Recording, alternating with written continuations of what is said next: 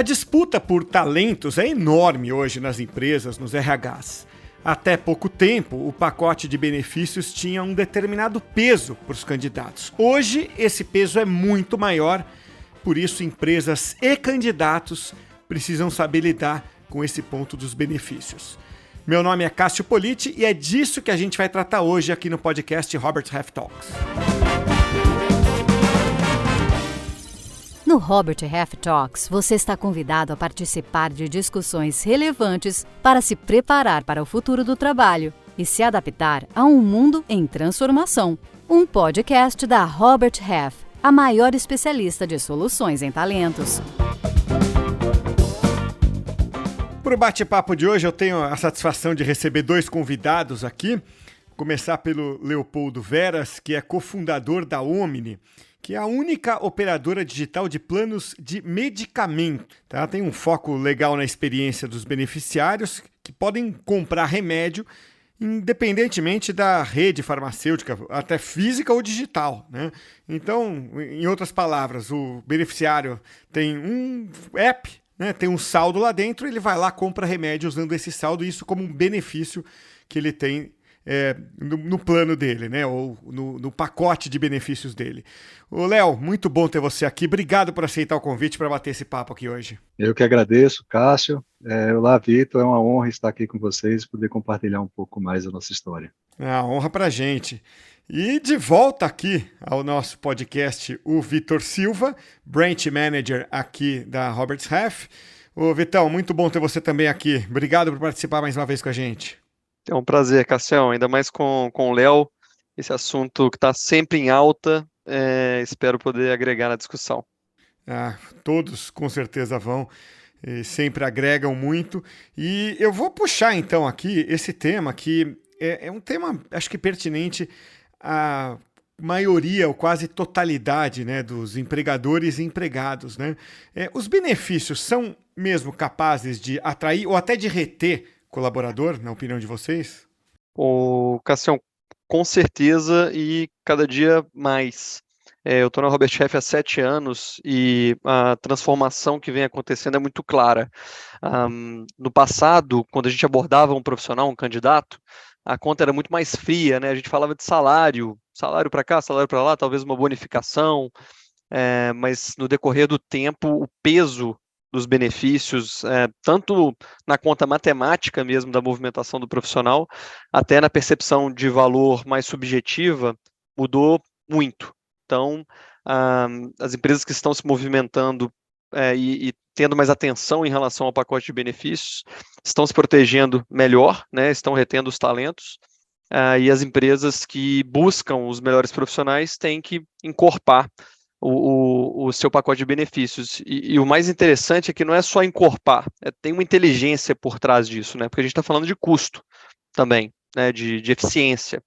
Então, com certeza é uma pauta que tem evoluído e mudado, e eu acho que a gente está longe de chegar em um denominador comum. Não sei se o Léo, do ponto de vista dele, aí, numa ponta mais específica, já percebe isso também.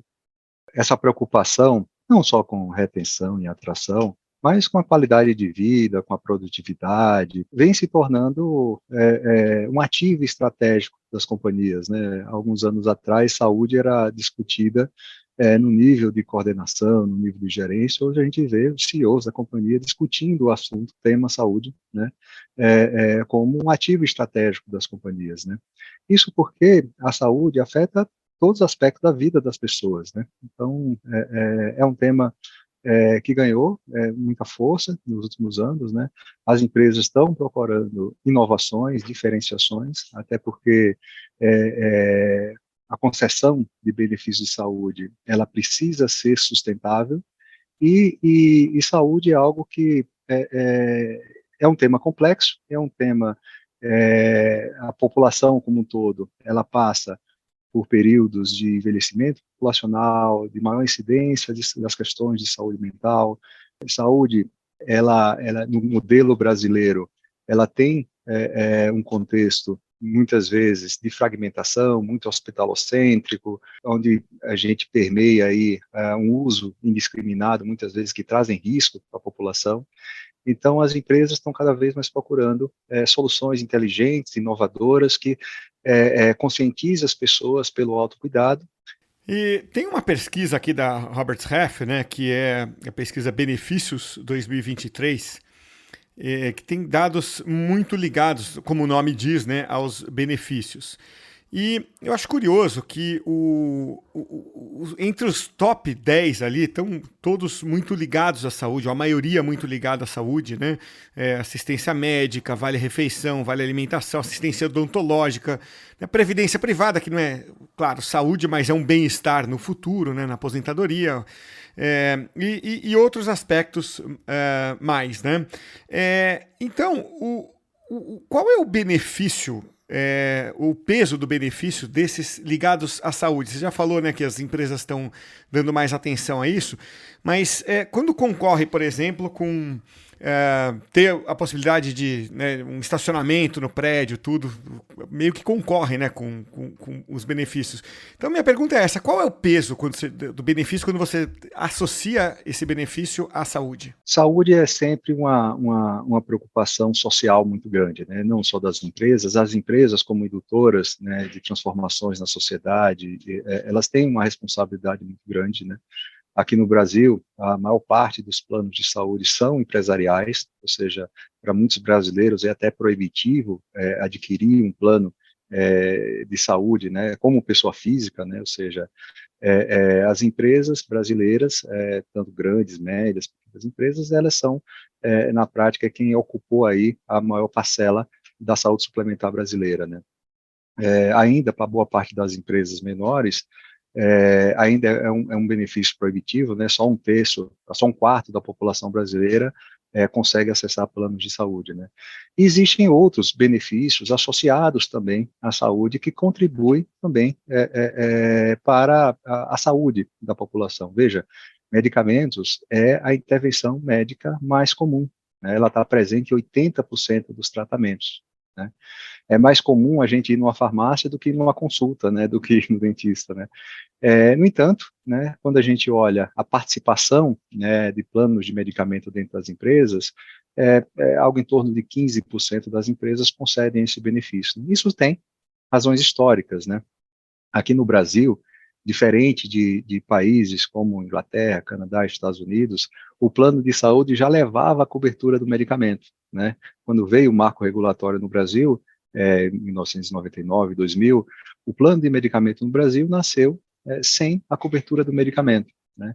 Isso afastou, de certa forma, por falta desse amparo regulatório, o acesso a esse tipo de produto, né? E que impacta sobremaneira a vida das pessoas. Só para você ter uma ideia, uma a cada 10 pessoas tomam 5 medicamentos, né? A partir de 5 comprimidos, 80% dos brasileiros erram dosagens, né? A interação medicamentosa mata mais do que doenças pulmonares, mata mais que pneumonia, mata mais que diabetes, né? Milhares de vidas são perdidas anualmente por medicações não ajustadas, né? Existe uma questão muito, muito importante da assistência farmacêutica que, inclusive, influencia todos os outros aspectos de saúde, né? Como o plano de saúde, inclusive, né? Que é o abandono de tratamento, né? Isso é muito mais comum do que a gente imagina, né? Só para você ter uma ideia, 40% dos diabéticos abandonam o tratamento, né? Mais da metade das pessoas que têm insuficiência cardíaca, né? Estatina, saiu um estudo recente, no mês passado, no The Lancet, feito pelo Einstein, em parceria com Harvard, numa população de 2 milhões de brasileiros, e só 10% das pessoas que estão em risco cardiológico tomam os medicamentos que precisam, né? Então, isso é muito impactante, muitas vezes é um gap assistencial, né? Hoje, a maior parte das pessoas se preocupa com o plano de saúde, o plano de odonto, tem as soluções lá mas deixa um componente importante dessa estratégia de saúde de fora, né? É daí muito que vem o propósito da Omni, né? Então, é por esse caminho que eu entendo que pode se tornar relevante essas transformações que estão por vir, inovações relacionadas a benefícios. O interessante de escutar o Leopoldo, o Cassião aqui, ele traz tanto conteúdo técnico e até histórico do comportamento, né, da sociedade em relação a medicamentos, por ser um executivo da saúde há muito tempo, que justifica o que a gente vê aqui na ponta, né? O meu dia a dia é conversar com empresas e candidatos. E a primeira pergunta que eu fiz para o Leopoldo quando eu tive a oportunidade de interagir com ele foi por que as empresas não têm essa cultura de falar de benefício de medicamento, uma vez que é tão relevante, né, tendo em vista os números que ele trouxe. E tem muito da história, né, dessa parte que é regulamentada do contexto do nosso país. E tudo isso que ele falou de problema de saúde, de medicamento que é utilizado errado, a gente tem que pensar que no fim do dia, performance, né? É o profissional que está ali sentado, trabalhando, produzindo dentro da empresa. Então, é uma discussão recente, assim como o último podcast que a gente fez de educação financeira, que foi super legal. Essa discussão do bem-estar do colaborador, ela é relativamente recente aqui no Brasil. E as empresas também são carentes, né? Não sabem para onde ir. Tá, mas e aí? A gente investe em quê? O que traz retorno desse investimento? O que os colaboradores querem? E o que mais me chamou a atenção na nossa pesquisa, Léo e Cássio, foi essa assimetria da percepção do colaborador e do que a empresa tem para oferecer. No último ano, a gente percebeu que pelo menos 40% das empresas do Brasil mudaram seu pacote de benefícios. Mas ainda assim, a percepção de qualidade do colaborador está distante. Então, sabe, esse ato aí entre uma vontade gigantesca de, né, trazer benefício para o colaborador e a percepção de realmente ter esse benefício, o que é isso, né? Será que é a falta de comunicação, é falta de se educar sobre o mercado? Muitas vezes a gente se faz a pergunta, enquanto gestor de benefício, né, sobre o que é desejo e o que é necessidade, né? O que é desejo do nosso colaborador e o que é necessário para ele, né? Em que medida essas coisas podem ser atendidas, né? A gente, quanto mais a gente penetra nas camadas sociais, a gente vai vendo que medicamento, aqui no Brasil, até o próprio SUS, né, ele é muito bem concebido, ele tem dificuldades orçamentárias e de execução, mas quando a gente fez o Farmácia Popular aqui no Brasil, reduziu dramaticamente as internações no SUS, né? Imagina o diabético, hipertenso, alguém com uma questão de saúde mental, sem acesso ao medicamento, né? A maioria das pessoas, 46% dos gastos com saúde são com remédios, né? Quando a gente, isso em média, quando a gente baixa a faixa de renda, isso chega a 80%, né? Principalmente naquelas famílias que têm um crônico, né? E muitas vezes as pessoas precisam fazer escolhas, né, entre alimentação, moradia, educação, para conseguirem persistirem nos seus tratamentos, né? E a história da assistência farmacêutica no Brasil, ela por questões culturais também, em relação à automedicação, em relação à falta desta proteção. Aqui no Brasil, boa parte do cuidado sai do bolso das pessoas, né, porque não tem nenhum plano de saúde, a lista do SUS é restrita, e não existe o cuidado com esse acesso, ou seja, isso acaba sendo feito de forma espontânea, né. E é por isso que aqui no Brasil tem tanta farmácia de rua, às vezes no esquina tem 2, 3, né? A gente não vê isso em outros lugares do mundo, né? E essa população está exposta a tomar um medicamento que há muitos anos ele não ajusta a medicação, que muitas vezes está fazendo mal para ele. Essa população, às vezes, tem gente tomando psicotrópico oral para induzir sono, tomando remédio para ele educação física e nutrição. Tem gente tomando 10 remédios quando 2 poderiam resolver, né? O interessante é ver que muitas vezes isso não está na agenda do RH, isso não está na agenda do corretor, isso não está na agenda do plano de saúde, isso está por conta e sorte das pessoas, né? Então, esse é um gasto necessário e que precisa estar dentro do modelo sustentável, né? E quando a gente fala de sustentabilidade, é aí que vem as grandes diferenças do que se é ofertado para as empresas, né? Quando a gente concebeu a Omni, a gente nasceu de forma independente do varejo, das farmácias e da indústria. Isso porque a gente sempre quis ter as pessoas no centro da nossa estratégia, né? No nosso modelo, a gente ganha quando a gente reduz o risco populacional e não quando as pessoas consomem um remédio, né? Então, a Omni não é digamos assim, um plano de desconto em farmácia ou um convênio com farmácia, né? Não, muito pelo contrário, né? Nós aqui trabalhamos para garantir adesão e persistência ao tratamento, né? Imagine um diabético que abandona o tratamento, um dislipidêmico, alguém que tem DPOC, muitas vezes quando ele agrava a doença dele, ele volta tomando um remédio mais caro, né? É por isso que a gente assumiu o risco do consumo do remédio, para que a gente esteja alinhado no cuidado dessas pessoas, né? E ainda existe muita confusão em tudo que é ofertado pelo mercado, né? Tanto pelos varejistas, pelas PBMs, tudo que existe de oferta no Brasil hoje, né? Então, a gente nasceu diferente, a gente nasceu do lado das pessoas e dando liberdade para elas escolherem qualquer farmácia do Brasil, uma vez que eu estou do lado dela, consciente eles trabalhando pelo uso racional desses recursos. Agora, eu estava lendo aqui um post, na verdade, com dados da Abifarma, né, de 2022, dezembro de 2022, não são dados recentes aí, que mostram que 77% dos brasileiros fazem automedicação. E não que isso seja bom, né? Como você falou, Léo, 20 mil pessoas morrem por ano no Brasil por causa de automedicação. O que me faz pensar, o primeiro dado principalmente, de 77% se automedicam, os outros 23% talvez não tenham confessado na pesquisa. Mas tem uma barreira de aceitar um plano desse, porque a gente, no Brasil, tem a cultura de lá, compra o remedinho que você sempre tomou, minha mãe que receitou e tal. No momento que você coloca mais regras, né? Nos Estados Unidos, por exemplo, você não consegue comprar com a mesma facilidade, né, determinados remédios, né? Será que isso pode virar uma barreira? Porque, putz, eu prefiro comprar aqui meio escondidinho, não deixar, né, minha família saber, mas me sinto medicado, do que ter que ir no médico e tal para comprar do jeito certo? Existe uma razão para o Conselho Federal de Medicina e para a Agência Nacional de Vigilância Sanitária estabelecer um prazo para cada tipo de prescrição, né? Por exemplo, uma medicação de uso contínuo, né, ela tem 180 dias de validade. Ele pode comprar com a mesma prescrição por 180 dias. Mas depois desse prazo, é importante para um usuário crônico ser reavaliado por um médico, né?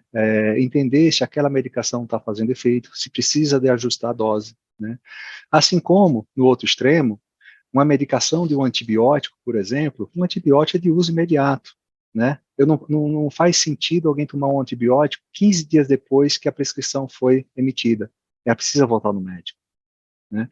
Então, esses prazos e a necessidade da prescrição é uma questão importante para a segurança das pessoas, né?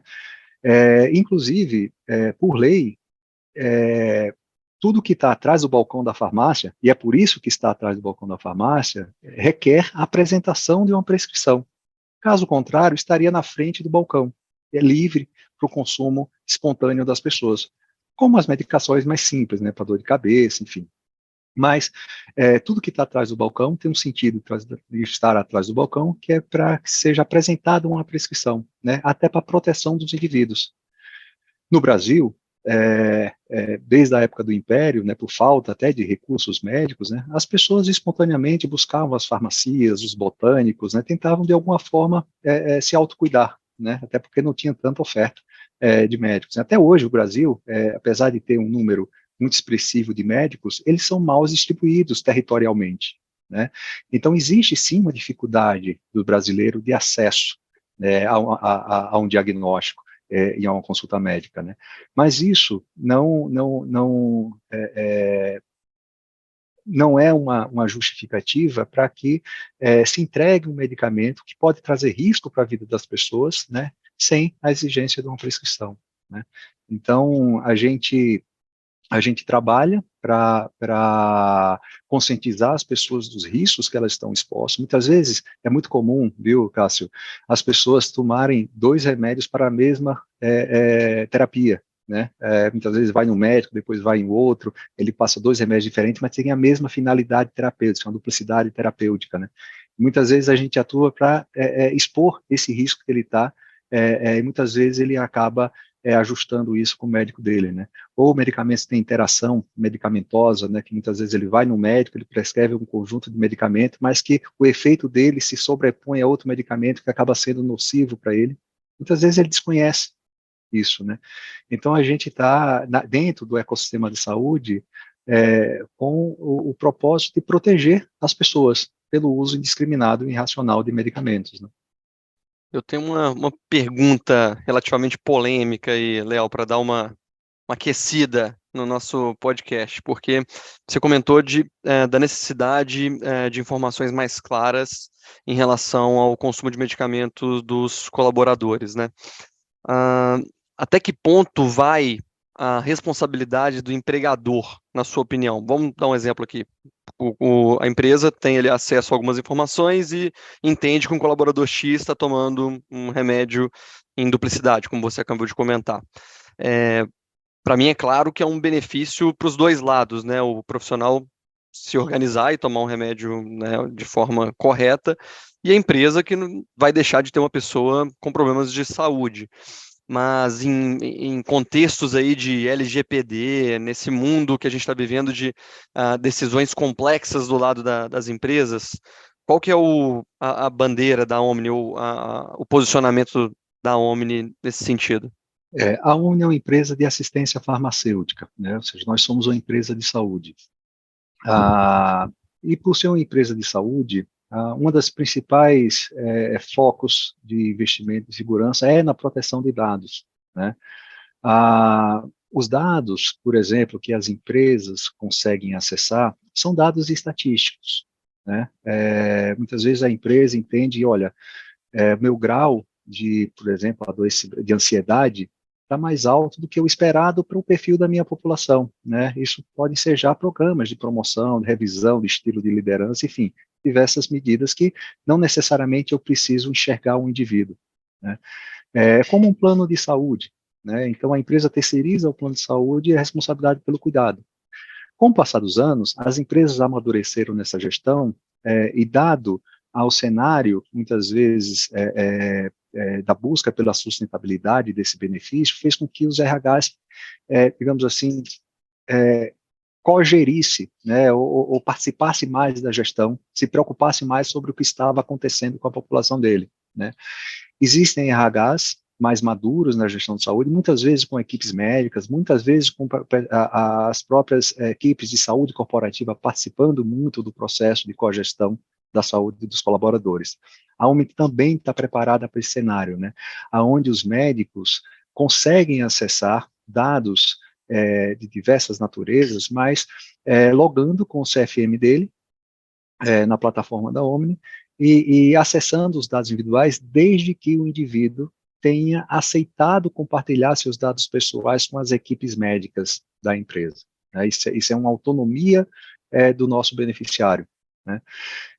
Dentro dessas visões mais granulares, essas equipes de saúde e até a própria Omni acaba acompanhando quem são os beneficiários crônicos, quem estão aderentes ao tratamento, quem são aqueles usuários polifarmácia, aquelas pessoas que usam mais de 5 medicamentos por mês, mais de 7 medicamentos por mês, quem está usando antibiótico, né? Quem são os casos com interação medicamentosa, duplicidade terapêutica, como eu comentei, quem tem uma contraindicação, né? Quem reportou alguma reação adversa, né?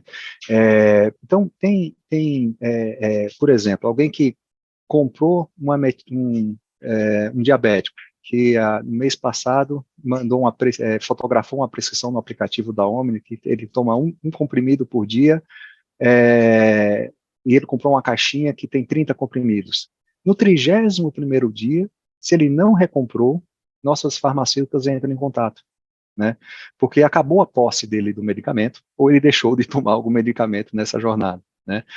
Então, essa é uma visão, por exemplo, de abandono de tratamento, onde a gente acaba ajudando essas pessoas. E essa informação e esse trabalho da Omni, para alguns RHs, é compartilhado com as empresas acompanham de perto tudo que é feito, outras não, outras terceirizam a Omni essa responsabilidade, né? E acompanham, muitas vezes, muito a satisfação, né, enfim, a questão da utilização geral, a percepção dos beneficiários em relação ao benefício, dados mais qualitativos, né, e menos, digamos assim, de gestão de saúde, né.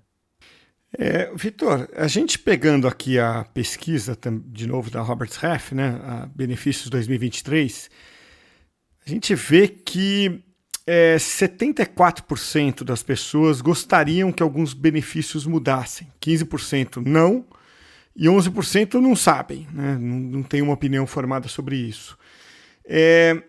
Pela sua experiência aí, né, lidando com esse meio de campo entre empresas e candidatos, quais são esses novos benefícios? Dá para você farejar o que elas almejam ter? Né? É claro que plano de saúde, como o Léo já trouxe, é muito caro você comprar, é natural que esteja lá. Mas se as pessoas estão falando, eu quero alguma coisa nova, né, dá para ter alguma ideia do que seria essa coisa nova?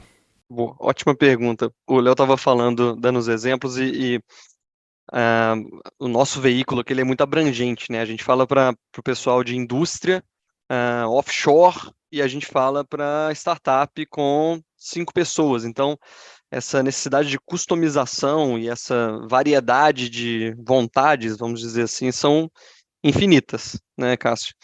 Mas o que mais chama a nossa atenção na pesquisa, olha que curioso, quando a pesquisa saiu, eu fui até o nosso time e perguntei, pessoal, aparece a assistência farmácia, porque a gente já ouve falar há pelo menos uns 2 ou 3 anos de alguns players que trazem isso, mas ainda a gente não consegue ver segmentado na pesquisa como algo que as pessoas levantam a mão e falam, eu quero. Mas o top 1 que aparece nas pesquisas é de assistência médica. Então, muitas vezes, o próprio colaborador coloca tudo no mesmo pacote, né? E a gente está falando de saúde no final do dia. Então, em resumo, a minha percepção é que tudo relacionado à saúde e bem-estar teve uma relevância gigantesca nos últimos anos.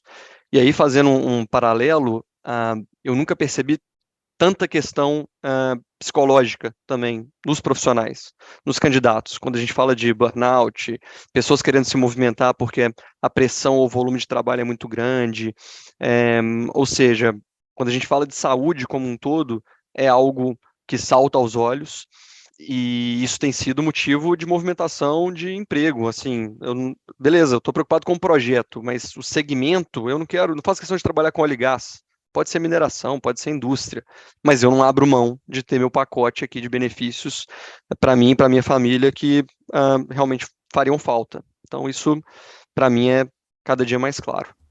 E do outro lado, Léo, das empresas, elas estão procurando qual caminho? Porque isso é uma despesa ou um investimento que a empresa tem, né? Então eu imagino que tem aí 2 pressões, né, ao mesmo tempo. Uma por oferecer o que o colaborador quer, assim, reter mais, ou contratar melhor, ou atrair mais. Por outro lado, tem o custo, né? Assim, que, você tem que ficar ali entre essas 2 pressões. Como é que as empresas estão, na sua percepção, raciocinando ou tomando decisões na hora de falar de benefícios? Eu acho que hoje, mais do que nunca, os RHs estão ouvindo as pessoas, né? Isso a gente vê como tendência na questão dos benefícios, na flexibilidade da escolha, da autonomia das pessoas na escolha, né? E o que eu tenho visto é que os benefícios têm um orçamento limitado, né? Então é necessário se fazerem escolhas, né? Quais são os critérios dessa escolha, né? O que a gente tem visto que transformam, né, essas decisões está muito relacionado à experiência com que as pessoas têm com os benefícios que são ofertados, né? Então, a questão da flexibilidade, a questão da simplicidade no uso, da liberdade das pessoas em usar o benefício, né? Benefícios que trazem o digital dentro da jornada, né, como algo que simplifica, né, toda essa jornada, né? Veja, aqui na Omni, a Omni é o único benefício corporativo do mundo que usa o Pix na jornada, né? Então, a jornada, por exemplo, que o nosso beneficiário tem, baixando o aplicativo na Omni, é a jornada como se fosse de um banco digital, né? Ou seja, ela baixa o aplicativo, aparece o saldo que ele tem, é como se ela tivesse uma conta corrente para gastar só com remédio, né? A única diferença na jornada é que ele tem que fotografar a prescrição, mas ele paga no caixa sem complexidade usando o Pix, né? Hoje o Pix se tornou o meio de pagamento mais comum, né? E amplamente aceito, seja em estabelecimentos físicos ou digitais, né? Então, quando a gente pensa um benefício para o colaborador, o que vem primeiro é a questão da experiência, né? E por trás de uma boa experiência, naturalmente, existem todas as camadas de segurança nesse acesso, né? Onde entra inteligência artificial, onde entra algoritmos, onde entra as integrações, para garantir que esse benefício ele seja sustentável ao longo do tempo, né? E seu uso seja racional, né? Então, eu tenho visto que essas escolhas do que priorizar dentro do meu orçamento do RH parte de uma escuta do que as pessoas estão, do que o perfil da minha empresa, ou do que é necessário, e da percepção das pessoas em relação ao que é ofertado no mercado, e essa escolha muito é norteada pela experiência que as pessoas têm com esses benefícios, né? Então, um benefício burocrático, um benefício que traz complexidade para o RH, que muitas vezes traz necessidade de gerir imagem consignável, de garantir cadastro atualizado, de compartilhar informações, muitas vezes criam atritos, não só para o colaborador, mas inclusive atrapalham a própria agenda do RH, que tem desafios enormes além dos benefícios, né? Como desenvolvimento, como clima, como sustentabilidade, enfim, diversidade. Então, a agenda do RH ela é muito complexa e essa a agenda de benefícios ela tem que simplificar e contribuir para uma estratégia maior do RH, né? E não trazer motivo de mais trabalho, de mais reclamação. Muito legal. Pô, bom tocar nesse assunto aí e trazer mais vezes aqui para a pauta, porque tá claro que benefícios, né, são um critério de decisão, especialmente daqueles candidatos mais valiosos, né, que o Robert Half aí sempre trabalha com eles. E então, muito legal ter essa visão aí dos dois lados. Quero agradecer a vocês, Léo. Obrigado por participar hoje com a gente aqui. Eu que agradeço muito. Estou sempre à disposição de vocês. Vitor, obrigado a você também aí por participar hoje com a gente. Te espero mais vezes aqui. Com certeza, Cassião. Obrigado por tudo. Léo, foi um prazer e até a próxima. Este podcast é produzido pela Robert Half, a consultoria global de soluções em talentos que mais cresce no Brasil. Venha fazer parte dessa história, trabalhar com pessoas e ser o agente da evolução e transformação da vida de profissionais pode ser uma atividade muito gratificante, além de uma excelente oportunidade de carreira. Acesse a seção Trabalhe Conosco do nosso website, o roberthalf.com.br, e veja as vagas disponíveis. Junte-se a nós! Robert's Half Talks é um conteúdo da Robert's Half, a maior especialista de soluções em talentos. Quem esteve hoje conosco foi o Leopoldo Veras, da Omni, e o Vitor Silva, aqui da Robert's Half. Meu nome é Cássio Politi, eu vou ficando por aqui. Eu espero você na próxima edição do Robert's Half Talks. Até a próxima, hein?